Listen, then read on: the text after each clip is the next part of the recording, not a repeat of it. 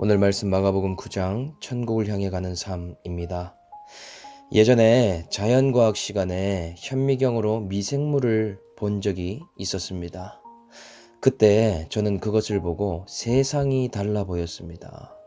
왠지 손을 잘 씻어야 할 것 같고 밥 먹으러 가면 식판에 미생물이 있으면 어떻게 하나, 밥을 먹는데 입으로 더러운 것들이 들어오면 어떻게 하나, 이런 생각이 떨쳐지지 않더라라는 것이죠. 평소에는 안 보이던 것인데 그러한 것이 크게 보일 때 사람은 생각이 달라지게 되지 않습니까? 사람이 갈등하게 되는 이유도요, 내가 작게 생각하는 것을 저 사람은 너무 크게 볼 때 그런 일이 생기게 됩니다. 부부끼리도 내가 크고 중요하게 생각하는 것을 배우자가 너무나 미미한 것으로 생각할 때 갈등이 생기더라. 오늘 예수님을 따르는 제자들과 예수를 믿는 다른 무리 사이에 어떠한 갈등이 생기게 됩니다. 그런데 참 환경에 장사가 없죠. 예수님이 기적을 베푸시면 베풀수록, 예수님이 유명해지면 해줄수록 제자들의 기득권 또한 커지고 이상한 신앙의 행동을 하게 되더라. 꼭 바리새인과 같이 행동하는 제자들의 모습을 볼 수 있습니다. 오늘 이 제자들에게 예수님께서는 무엇이 진짜 큰 일인가, 무엇이 정말 중요한 것인가 양육을 하시기 시작하십니다. 함께 살펴보면 첫째는 기득권을 따르는 것보다 예수의 이름으로 행하는 것이 훨씬 크고 중요한 일이다 말씀하십니다. 오늘 보니요, 어떤 갈등이 일어납니까? 38절에 요한이 예수께 여짜오되 선생님, 우리를 따르지 않는 어떤 자가 주의 이름으로 귀신을 내쫓는 것을 우리가 보고 우리를 따르지 아니함으로 금하였나이다. 어떤 무리의 한 사람이 예수님의 이름으로 귀신을 쫓아내는 일을 했습니다. 이 일을 제자들이 목격하게 되죠. 예수의 이름으로 귀신을 쫓아내고 병든 자를 치유하는 일이 얼마나 좋은 일입니까? 그런데 이것을 보면서 제자들이 아마도 이런 생각을 한 것 같습니다. 그래도 우리가 예수님의 제자들인데, 우리 가운데 예수 그리스도께서 계신데 우리를 영접하지도 않고 따르지 않는 저 사람, 저 무리들이 귀신을 쫓아낸다니, 우리를 따르지 않았으니 하지 말라고 그래, 금했다라고 말하고 있습니다. 예수님을 따르다 보니 제자들만의 기득권이 생기고 룰이 생기게 됩니다.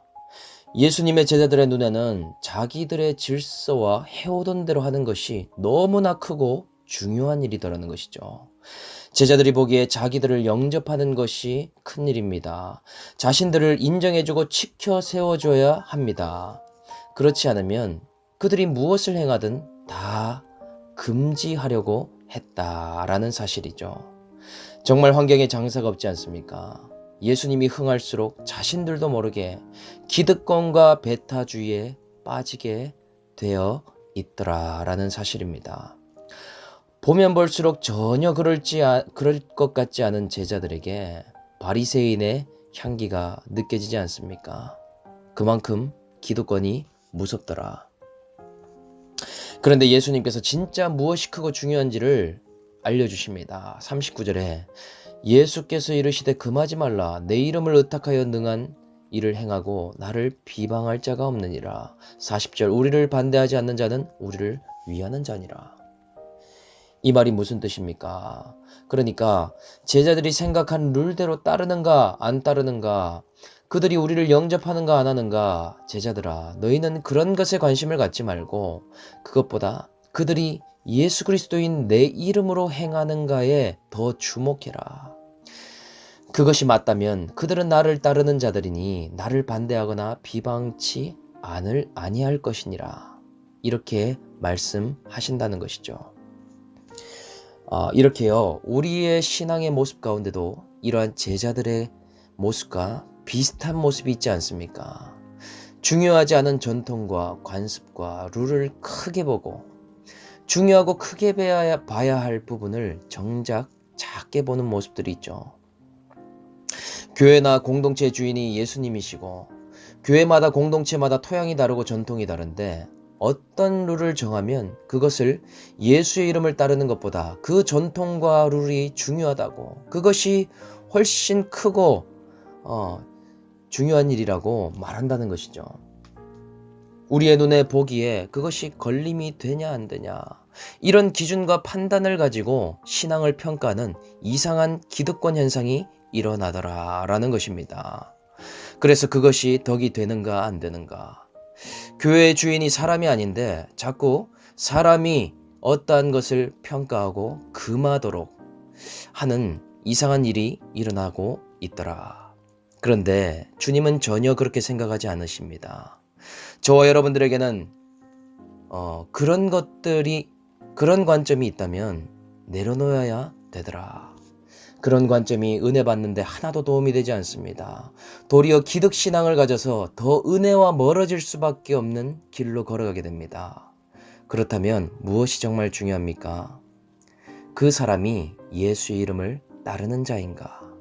예수 그리스도의 이름으로 행하는 사람인가? 그것이 훨씬 더 중요하다는 사실입니다. 오늘부터 그런 고정관념과 선입관과 전통, 우리끼리의 룰이 있다면 그런 것을 다 벗어버리십시오. 그것보다 예수를 따르는 일을 더 크게 보십시오.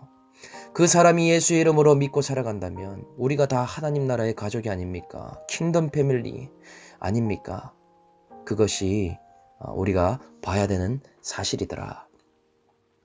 계속해서 예수님께서 제자들의 시각을 바꿔주고 계십니다. 41절에 누구든지 너희가 그리스도에게 속한 자라 하여 물 한 그릇이라도 주면 내가 진실로 너희에게 이르노니 그가 결코 상을 잃지 않으리라.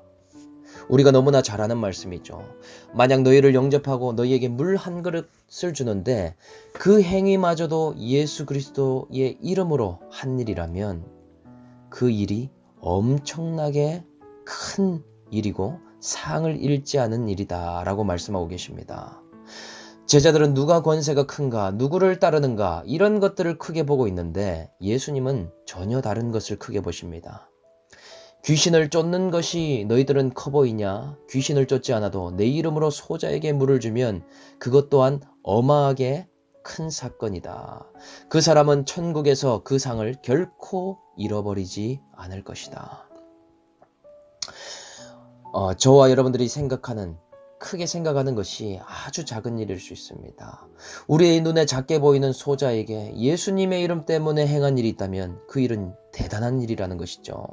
예수를 믿기에 힘든 한 사람과 마음을 함께하며 말씀으로 붙들어준다면 그 일 또한 어마어마한 일이다라는 사실입니다. 우리의 관점과 눈이 기득 신앙에서 멀어지고 예수의 이름으로 행하는 관점으로 완전히 달라질 수 있기를 주님의 이름으로 축복합니다.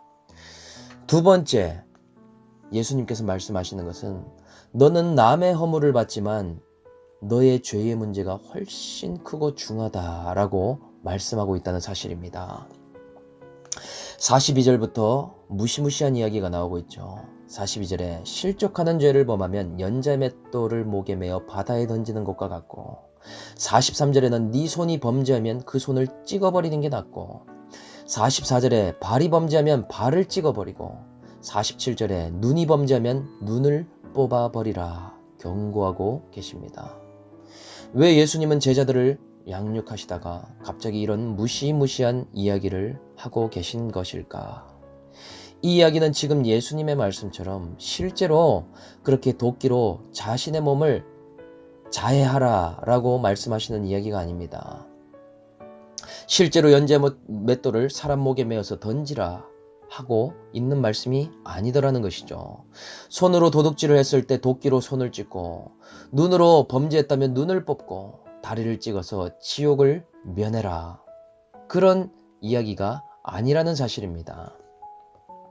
그렇다면 도대체 무슨 의미로 하신 말씀이겠습니까? 지금 예수님께서 하시는 말씀은 제자들아, 너희가 처해 있는 최대의 위기는 작은 죄의 문제라도 해결치 못하면 지옥에 떨어지는 위기인데 그 죄의 문제를 가장 크게 봐야 한다라는 말씀이십니다. 죽어서 지옥에 가면 거기는 불도 꺼지지 않고 구더기도 죽지 않는 곳인데 누구라도 지옥에 간다면 팔을 잘라서라도 이곳을 면할 걸. 눈을 뽑아서라도 이곳에 오면 안 되었는데 라고 생각할 것이라는 것이죠. 그러니 오직 살 길은 무엇이겠습니까? 나의 죄를 가장 크게 보고 매일매일의 회개를 준비해야 한다. 쉽게 말하면 무슨 말입니까? 제자들아, 너희들은 지금 남의 허물을 보고 너의 죄를 작게 본다면 저기 있는 장애인보다, 저 연자맷돌을 목에 맨 사람보다 구원을 받기가 어려울 것이다. 그러니 크게 봐야 할 것을 크게 보고 작게 봐야 되는 것을 작게 보라 라고 말씀하시더라 라는 것이죠. 내 죄의 크기가 누룩처럼 작게 보고 있었는데 실제로는 지옥불보다도 훨씬 더 크고 무서운 것이 나의 죄다 라고 말씀하신다는 것입니다. 그래서 49절에 뭐라고 설명하십니까? 사람마다 불로써 소금 치듯 함을 받으리라. 갑자기 소금이 나오죠. 소금은 무엇을 의미하는 것입니까? 사람의 영혼을 말하고 있는 것이죠. 소금은 설탕과는 달라서 불에 그냥 절대 녹지 않습니다. 물이 있어야만 융해가 된다는 것이죠. 여기서 우리의 영혼이 소금과도 같아서 지옥에서 얼마나 괴로워하고 고통받는지 그 뜨거움에서 녹지도 않고 사라지지도 않고 벗어나가고 싶어도 못 나가도록 후라이팬에 튀는 듯한 고통을 받게 될 것이다. 그러나 주님은 원래 우리의 영혼을 좋은 것으로 만들었다고 말씀하십니다. 천하보다 귀한 하나님의 생기를 불어넣어 만든 것. 50절에 소금은 좋은 것이로되 만일 소금이 그 맛을 잃으면 무엇으로 이를 짜게 하리요? 너희 속에 소금을 두고 서로 화목하라 하시니라. 소금을 이중적으로 설명하고 있습니다. 너희는 세상의 소금인데 회개함으로 세상 사람들과 구별됨으로 소금의 맛을 내야 된다. 또한 너희 속에 소금을 뒀는데 그 소금은 부패하지 않게 하는 말씀이다. 너희는 이 세상의 소금이면서 또한 너희 속에 소금과 같은 말씀을 주니 각자 무시무시한 죄를 회개함으로 서로 지옥의 심판을 면하도록 화목하라 라고 말씀하시는 것입니다. 예수를 따르면 그것으로 인정하고 남의 죄와 허물에 대해서 평가함으로 네 팔다리를 자르고 눈을 뽑는 일보다 더 무서운 일을 행치 말라 라고 말씀하고 계시더라는 것이죠.